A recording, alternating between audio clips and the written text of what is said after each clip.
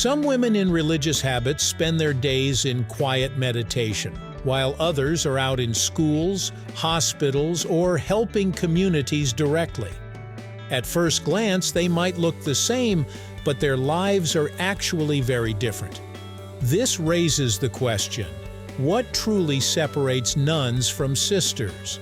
The answer lies in how they live, the types of vows they take, and the roles they fulfill within the church and society.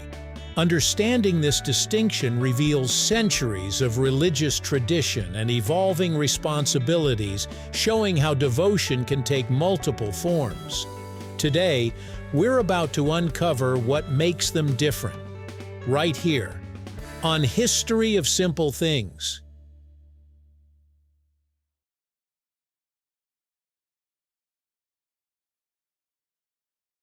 The first and most fundamental difference lies in the type of vows they take and the lifestyle they commit to. Nuns usually belong to contemplative orders, which means their lives are primarily devoted to prayer, meditation, and living within a monastic community. They take solemn vows, which are lifelong promises of poverty, chastity, and obedience, and their day-to-day focus is almost entirely internal, centered on their spiritual practice and community life. Sisters, by contrast, are members of active orders and take simple vows. While they are equally committed to their faith, these vows allow them to engage more directly with the outside world. Sisters may work in schools, hospitals, or charitable organizations, balancing service to others with devotion to their spiritual life. This distinction between cloistered devotion and active service is one of the clearest ways to differentiate nuns from sisters. Daily routines make the contrast even more visible. Nuns generally follow a strict schedule of prayer, reflection, and communal worship, often spending several hours in silence and meditation each day. Their lives are designed to foster spiritual depth and focus within the convent or monastery, with very limited interaction with the outside world. Sisters, on the other hand, integrate faith with active service. They may teach in schools, provide medical care in hospitals, run outreach programs, or manage social services. While both paths are deeply religious, sisters combine spiritual practice with tangible contributions to society, making their faith visible through action, whereas nuns primarily express it through contemplation. The difference in their roles is also reflected in what they wear. Nuns traditionally wear formal habits, often including veils, wimples, and robes that symbolize a life entirely devoted to spiritual reflection and communal life. These habits are usually highly structured and historically rooted in the order's tradition. Sisters' clothing, however, has adapted to the practical demands of active service. Many sisters today wear simplified habits, modest suits, or professional clothing suitable for teaching, healthcare, or social work. This shift isn't just practical, it symbolizes their outward-facing vocation. While nuns' attire signals a life withdrawn from the secular world, sisters' clothing reflects their engagement with society while maintaining a visible sign of religious commitment. The distinction between nuns and sisters has deep historical roots.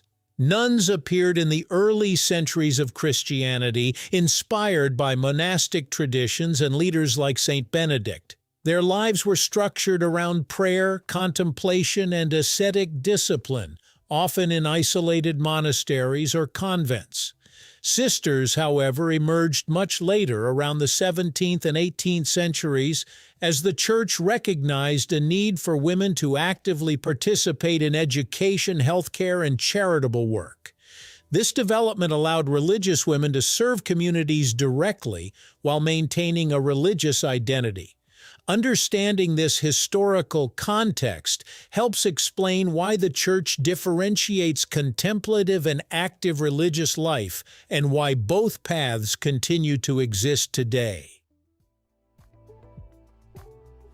Canon law does more than outline vows. It defines how nuns and sisters live, organize, and govern their communities. Nuns with solemn vows are part of contemplative orders that require enclosure, structured schedules, and strict guidance from abbesses or prioresses. Sisters, on the other hand, belong to active congregations with simple vows, giving them flexibility to work in schools, hospitals, and social ministries while still following church oversight. These distinctions shape leadership, training, and decision-making within each order, ensuring that the structure of their community supports the mission of their particular vocation. In other words, the difference isn't just in lifestyle, it's also how the Church formally recognizes and organizes their lives for long-term continuity and effectiveness.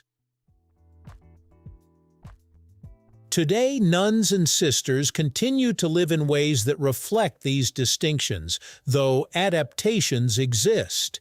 Many nuns remain cloistered, but some communities allow limited interaction with the outside world to participate in teaching, healthcare, or specialized ministries. Sisters, meanwhile, are highly visible in society, often leading schools, hospitals, humanitarian programs, and advocacy efforts for social justice. Some sisters take leadership roles in global organizations or engage in activism, demonstrating how their vocation can evolve to meet modern challenges. While both paths demand devotion, discipline, and sacrifice, their impact differs. Looking at nuns and sisters isn't just about noticing habits or counting vows, it's about seeing two very different ways of living faith. One path is inward, shaping a world defined by prayer, discipline, and spiritual depth. The other is outward, shaping communities, schools, hospitals, and lives through action. Both demand commitment, sacrifice, and courage, but in profoundly different ways. Understanding these paths invites a deeper appreciation of how dedication can take forms we might never fully imagine, and how faith can quietly transform a life within walls or boldly reach into the world beyond them. Thank you for watching. If you have suggestions for our next video, feel free to share them in the comments below. We'll be sure to give you an acknowledgement for your contribution.